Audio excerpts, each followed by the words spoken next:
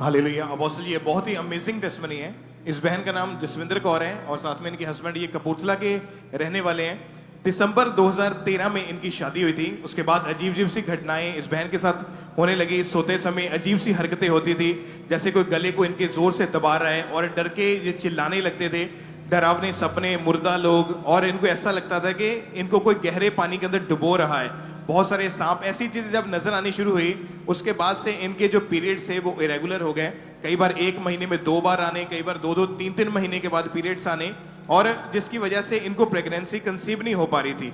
और अपोस्टल जब ये दोनों जब डॉक्टर के पास गए, हॉस्पिटल में पहुंचे, तो वहाँ यूट्रस के जो स्पेशलिस्ट गायनी डॉक्टर्स हैं, उन्होंने जब स्कैनिंग करी तो डॉक्टर ने बताया कि बहुत सारी प्रॉब्लम्स हैं, हार्मोन इनबैलेंस है, जिसके साथ दोनों ओवरीज में मल्टीपल पानी वाली रसौलियां बन चुकी हैं, एग्स ग्रो नहीं हो पा रहे हैं। और डॉक्टर ने लगातार मेडिसिन दी और इन्होंने स्पेशलिस्ट 6-7 डॉक्टर जो गायनी चेंज करके देख लिए, मेडिसिन से कोई भी फर्क नहीं पड़ता था। और लगातार 2 साल तक इनको हर हफ्ते में 2 बार एग फॉर्मेशन के लिए इंजेक्शंस लगते थे और लगातार इन्होंने दवाइयां खाई, लाखों रुपए खर्च कर दिया, पर 1% भी सुधार नजर नहीं आया, कोई फायदा नहीं था। और लास्ट में अपोस्टल जी जब डॉक्टर के पास गए, उन्होंने क्लियर बोल दिया कि आईवीएफ और आईयूआई ही इसका हल है, इसके बिना प्रेगनेंसी नहीं हो सकती है। और उसकी भी हम कोई गारंटी नहीं देते, क्योंकि आपका जो केस है वो बहुत बिगड़ चुका है। आईयूआई आईवीएफ की बात सुनी तो अंदर से पूरी तरह से दोनों हस्बैंड वाइफ टूट चुके थे, मेंटली अपसेट हो चुके थे, बिहेवियर अजीब सा हो चुका था, और हमेशा ख्यालों में यही सोचते रहते थे कि हम पता नहीं अभी हमारी लाइफ का क्या बनेगा। लोगों ने भी दूरियां बनानी शुरू कर दी, अपने बच्चों को इनके पास नहीं आने देना। प्रेगनेंसी जो लेडीज होती थी, प्रेग्नेंट लेडी, वो अपने आप को इनसे छुपा लेती थी। और यहां तक कि इस भाई के घर वालों ने भी इतनी दिल दुखाने वाली बातें बोली कि अगर तेरे बच्चा नहीं हुआ तो तुझे प्रॉपर्टी का हिस्सा भी नहीं देंगे। और इस बात को लेकर दोनों हस्बैंड वाइफ टूट चुके थे। ये भाई खुद मोबाइल रिपेयरिंग की इनकी अपनी शॉप है। जो भी कस्टमर आते हैं, इनके दोस्त आते हैं, वो सभी पूछते तेरे बच्चा क्यों नहीं हो रहा, क्या रोग है, शादी को इतना समय हो गया है। इन सवालों के जवाब इनके हस्बैंड के पास बिल्कुल नहीं होते थे। शर्मिंदगी महसूस और घुटन महसूस होती थी। हस्बैंड वाइफ के अंदर लड़ाई झगड़ा रहना शुरू हो गया था और एक दूसरे को देखना तक ये पसंद नहीं करते थे। इतना अंदर से ये दोनों ही टूट चुके थे। और अपोस्टल जी बहुत बार इन्होंने अपने आप को खत्म करने का सोचा। फिर अपोस्टल जी इस सिस्टर के एक ब्रदर हैं, उनको किसी उसके दोस्त ने अंकुर मिनिस्ट्री के बारे में बताया। 2018 में गुड फ्राइडे मीटिंग थी, तो ये समझ के आए कि चर्च में गुड फ्राइडे है, कोई अच्छा शुक्रवार है। इनको मालूम नहीं था कि वो उस डे की क्या अहमियत है। जब ये चर्च में आए और जैसे ही इन्होंने चर्च में अपना कदम रखा तो इनको अजीब सी एक शांति महसूस हुई। और जैसे ही इन्होंने वचन सुना, प्रचार सुना, और आपकी ओर देख के ये इतना प्रभावित हुए कि इतनी यंग एज में कोई प्रीच कर रहा है और इतने बड़े मिरेकल हम देख रहे हैं। गवाहियां सुनी, फेथ बना, वचन सुना। 18 जुलाई 2024 को परमेश्वर की दासी ने इन दोनों के ऊपर ले हैंड प्रेयर करी। उस प्रेयर को भी हम देख सकते हैं।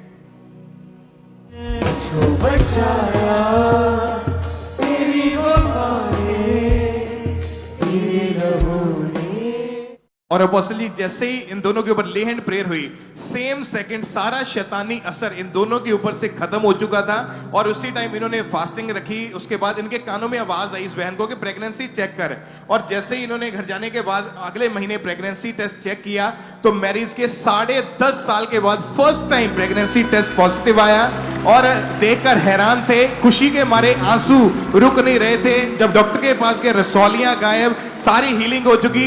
11 साल की शर्मिंदगी को खुदा ने खत्म किया। वो एक बहुत ही खूबसूरत बेटी के साथ परमेश्वर ने आशीषित किया।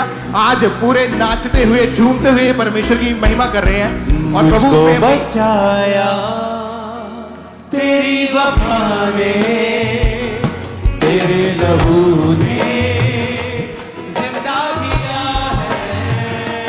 मुझको बचाया तेरी वफा ने, तेरे लहू ने जिंदा किया है। वही लहू मेरी शिफा है, तेरी वफा मेरी पनाह है। वही लहू मेरी शिफा है, तेरी वफा मेरी पनाह है। तूने दिया जीवन मुझे, ओ धन्यवाद। सबका यीशुआ,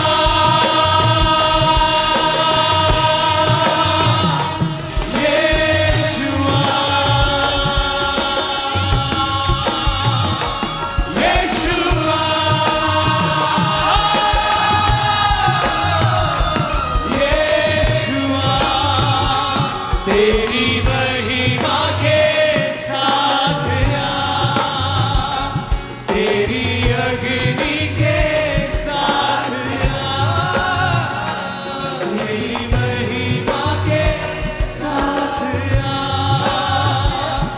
मेरी अग्नि के साथ आ, जो मुझे। तारीफ करो जोर से। वो कहाँ गए सिस्टर? आप अपना एक्सपीरियंस खुद बताओ, आप कैसे हो चुके थे जब बेबी नहीं था, क्या फील होता था, कैसे आपके हस्बैंड भी? माइक दोनों को दे दो एक बार में ही। ਪਾਪਾ ਜੀ ਮੈਂ ਬਹੁਤ ਜ਼ਿਆਦਾ ਦੁਖੀ ਰਹਿਣ ਲੱਗ ਗਈ ਸੀ ਕਿਉਂਕਿ ਮੈਨੂੰ ਪਤਾ ਨਹੀਂ ਸੀ ਦੁਸ਼ਟ ਆਤਮਾ ਦੇ ਅਟੈਕ ਹੁੰਦੇ ਆ ਮੇਰੇ ਤੇ। ਮੈਨੂੰ ਪਤਾ ਨਹੀਂ ਸੀ ਇਹ ਕੀ ਚੀਜ਼ ਆ। ਜਦੋਂ ਮੇਰੇ ਨਾਲ ਗੰਦੇ ਰਿਲੇਸ਼ਨ ਬਣਦੇ ਸੀਗੇ ਤੇ ਮੈਂ ਬਹੁਤ ਦੁਖੀ ਰੋਂਦੀ ਹੁੰਦੀ ਸੀ। वो चीज दुष्ट आत्मा का चक्कर ये है कि जिसको होता है उसी को पता है। तो अगर आप किसी स्वस्थ बंदे को बोलेंगे, अगर आप अंकुर नरूला को 2003 में बोलेंगे दुष्ट आत्मा, तो मैं बोलूंगा ये पाखंड है। आप इसी अंकुर नरूला को 2005 में बोलोगे तो मैं बोलूंगा सही है। इसीलिए मैं कहता हूं कि जब दूसरे लोग क्राइस्ट का विरोध करें, उनको कभी गुस्सा मत करो। उन्हें नहीं पता क्या है जब तक वो खुद एक्सपीरियंस नहीं करते। ओके, आपका ये एक्सपीरियंस की दुष्ट आत्मा थी, हम साइड पे कर देते हैं। हम मेडिकल बात करते हैं।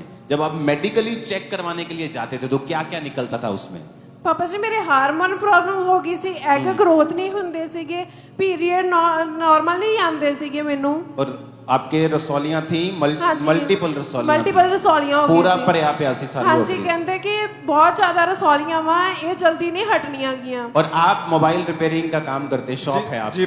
जी पापा जी। और जब आपको दोस्त पूछते थे बेबी नहीं है तो आप क्या आपने सुसाइड करने किसने कोशिश की, आपने क्या? ਹਾਂਜੀ ਪਾਪਾ ਜੀ ਮੈਂ ਕੀਤੀ ਸੀਗੀ। ओके, आपका क्या एक्सपीरियंस था? दोस्त पूछते थे, आपने लिखा है कि आपको ਜੀ ਪਾਪਾ ਜੀ ਮੇਰੀ ਮੋਬਾਈਲ ਸ਼ਾਪ ਸੀ। ਜਦੋਂ ਮੇਰੇ ਦੋਸਤਾਂ ਨੇ ਆਉਣਾ ਜਾਂ ਜਿਹੜੇ ਮੇਰੇ ਪੁਰਾਣੇ ਲਗਾਤਾਰ ਵਾਲੇ ਗਾਹਕ ਉਹਨਾਂ ਨੇ ਆਉਣਾ, ਮੈਨੂੰ ਪੁੱਛਣਾ ਵੀ ਤੁਹਾਡੇ ਕੁਝ ਖੁਸ਼ਖਬਰੀ ਕੁਝ ਹੋਇਆ। ਮੈਂ ਉਹਨਾਂ ਕੋਲ ਉਸ ਵੇਲੇ ਤੇ ਥੋੜਾ ਹੱਸ ਕੇ ਸਾਰ ਦੇਣਾ, ਪਰ ਮੈਨੂੰ ਪਤਾ ਮੈਂ ਅੰਦਰੋਂ ਕਿੰਨਾ ਟੁੱਟਿਆ ਹੁੰਦਾ ਸੀ, ਨਾ ਮੇਰੇ ਕੋਲ ਕੋਈ ਜਵਾਬ ਹੁੰਦਾ ਸੀ। ਪਰ ਮੈਂ ਬਹੁਤ ਸ਼ਰਮਿੰਦਾ ਹੁੰਦਾ, ਆ ਕੇ ਸੋਚਣਾ ਸੀ, ਦੋਵਾਂ ਨੇ ਸੋਚਣਾ ਵੀ ਕਿ ਕੀ ਗੱਲ ਆ, ਕੀ ਨਹੀਂ ਹੋ ਰਿਹਾ। ਬਹੁਤ ਸ਼ਰਮਿੰਦੇ ਵਿੱਚ ਸੀ ਅਸੀਂ। और दवाइयां खाई आपने, सब कुछ किया, जी जी बहुत। मेडिसिन। आपको 2 साल इंजेक्शन लगते रहे? ਹਾਂਜੀ ਪਾਪਾ ਜੀ। हफ्ते में कितने? ਹਾਂਜੀ ਹਫਤੇ 'ਚ 2 ਵਾਰ ਲੱਗਦੇ ਹੁੰਦੇ ਸੀਗੇ। जाके लगवाते थे ਤੁਸੀਂ? ਹਾਂਜੀ ਜਾ ਕੇ ਲਗਵਾਉਂਦੇ ਸੀ ਹਫ਼ਤੇ 'ਚ ਹਸਪੀਟਲ। 2 ਵਾਰ? ਹਾਂਜੀ कितनी देर लगे ਤੁਹਾਨੂੰ इंजेक्शन? ਪਾਪਾ ਜੀ 2 ਸਾਲ। उस ले हैंड को हम दोबारा देखेंगे। देखो, जब शैतान गया तो अब ऐसे कैसे हो सकता है कि मेडिकल आप एक समय आपने रोज आप हफ्ते में 2-2 इंजेक्शंस लगा रहे हैं, आप दवाइयां खा रहे हैं, कोई हल नहीं हुआ। उसके बाद आपको 2018 में मालूम होता है, आप चर्च में पहली बार आते हैं, फिर धीरे धीरे आपका विश्वास बनना शुरू होता है और एक समय फिर होता है कि परमेश्वर का अपॉइंटेड टाइम, उसका मैनिफेस्टेशन का टाइम, आपकी लाइफ में गवाही को देने का, जिसके लिए आप प्रार्थना कर रहे हैं, वो समय को हम देखेंगे स्क्रीन के ऊपर, उस ले हैंड टाइम को। ओके, ये आपने, ये आपके हस्बैंड पीछे आए। जब आपका ले हैंड हुआ, आपको उसके बाद सपना कोई नहीं आया? ਨਹੀਂ ਪਾਪਾ ਜੀ ਉਦੋਂ ਕੋਈ ਸੁਪਨਾ ਨਹੀਂ। ਉਦੋਂ ਬਸ ਮੈਨੂੰ ਇਹ ਲੱਗਾ ਸੀ ਜਦੋਂ ਮੇਥੇ ਲੇ ਹੈਂਡ ਹੋਇਆ ਕਿ ਜਿਵੇਂ ਤੂੰ ਪ੍ਰਭੂ ਇਲੀਸ਼ਿਬਾ ਨੂੰ ਦਿੱਤਾ ਵਾ, ਤੂੰ ਮੇਰੇ ਦੁੱਖ ਨੂੰ ਸਮਝਦਾ ਤੇ ਮੈਂ ਤੇਰੀ ਦਾਸੀ ਕੋਲ ਅੱਜ ਆਈ ਆ, ਮੈਂ ਸੇਮ ਨਹੀਂ ਜਾਵਾਂਗੀ। ਜਿੱਦਾਂ ਹੀ ਮੈਂ ਪੁਲਪੁਰ ਤੋਂ ਜੇ ਨੀਚੇ ਨਹੀਂ ਉਤਰੀ ਸੀ ਪੌੜੀਆਂ, ਮੇਰੀ ਬੋਡੀ 'ਚ ਕੁਝ ਐਂਟਰ ਹੋਇਆ। ਮੈਨੂੰ ਲੱਗਾ ਕਿ ਅੱਜ ਪ੍ਰਭੂ ਨੇ ਛੂ ਲਿਆ ਵਾ।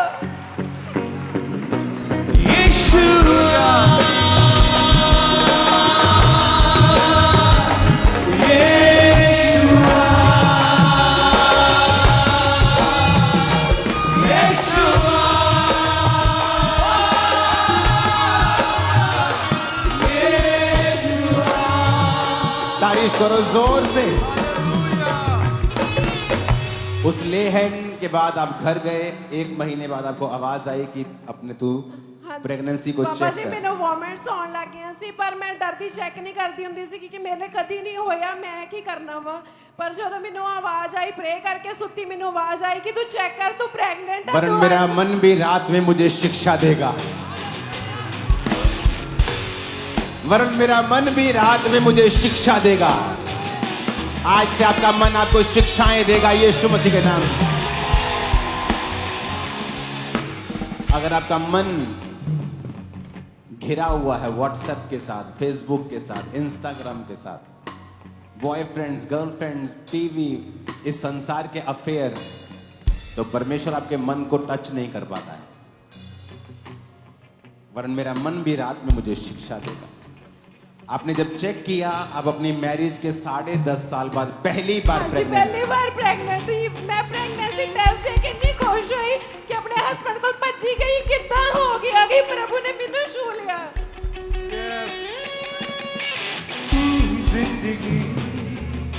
क्या बोलना चाहते हो? ਬ੍ਰਦਰ ਜੀ ਸੌਰੀ ਪਾਪਾ ਜੀ, ਮੈਂ ਇਹ ਕਹਿਣਾ ਚਾਹੁੰਦਾ ਇਹਨਾਂ ਦੀ ਮਿਹਨਤ ਬਹੁਤ ਕੀਤੀ ਤੁਹਾਡੇ, ਇਹਨਾਂ ਨੇ ਪ੍ਰਮੋਸ਼ਨ 'ਚ ਬਹੁਤ ਮਿਹਨਤ ਕੀਤੀ, ਇੰਨੇ ਫਾਸਟ ਰੱਖੇ ਬਹੁਤ, ਜੋ ਤੁਸੀਂ ये सीक्रेट ये भी है, अगर आप परमेश्वर के करीब नहीं हैं, अगर आप इसलिए मैं कहता हूं जब ले हैंड के लिए आओ, प्लीज आत्मा में आओ। इमेजिन करो अगर परमेश्वर ने जिस दिन आपको चर्च में आशीष देनी है, आपको किसी वॉलंटियर पे गुस्सा आने लग जाएगा, ताकि आप शरीर में चले जाएं, आप बहसबाजी करने में चले जाएं, आपकी ब्लेसिंग ब्लॉक हो जाएगी। अब्राहम को परमेश्वर ने कहा सिद्ध हो। अब्राहम को पता कहीं तो कुंडी है, कहीं तो प्रॉब्लम है, जो मेरी लाइफ में आशीष नहीं मिल रही है। अब जब उसने दूत देखे, उसको दूत पहचान में आ गए कि ये आदमी नहीं है, ये दूत है। उसकी उसने अपने आप को अलर्ट कर लिया आत्मा में। सडनली आपका ब्रेक थ्रू नजदीक है।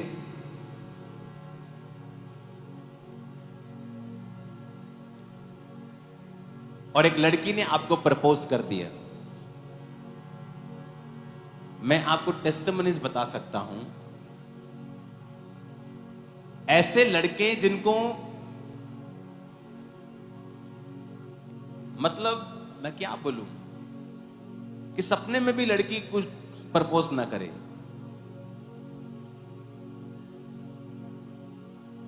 कोई सुंदर नहीं सिर से लेके, और सुंदर से सुंदर लड़कियां सेवा में आने के बाद उनको प्रपोज करती।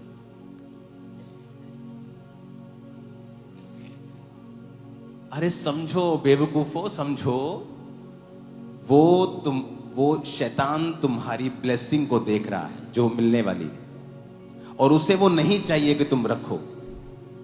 जब तुम ले हैंड के लिए आओ, फास्टिंग, प्रेयर, इसको मेंटेन करो, पवित्रता ही, ताकि जब तुम पर ले हैंड हो उसका असर तुम्हारे जीवन में जाए। खुदा ने कहा जिस घर जाना उस घर को आशीष देना। अगर ये घर, अगर ये शरीर, अगर ये जीवन तेरी आशीष के काबिल होगा तो आशीष उस पर ठहर जाएगी, नहीं तो तेरे पास वापिस आ जाएगी। तो इसमें दो चीजें हैं, एक सेवक का आपको आशीष देना, और दूसरा आपका आशीष के काबिल होना। ये वन वे आशीष, ये वन वे चीज नहीं है कि सिर्फ मैं या सिर्फ आप, कॉपरेशन के साथ हमें चलना पड़ेगा। आप मेरे सुनाए हुए वचनों को कबूल करते हैं, आप उस पर चलते हैं, जिंदगी सेम नहीं रहेगी।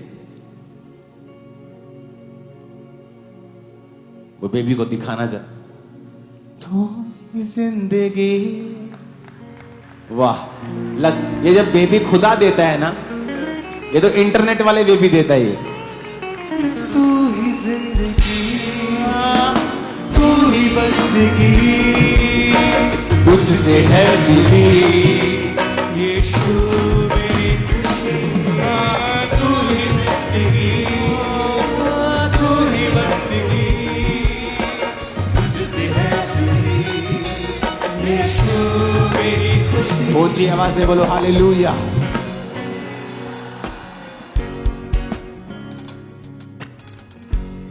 आज रेडी हो ले हैंड के लिए?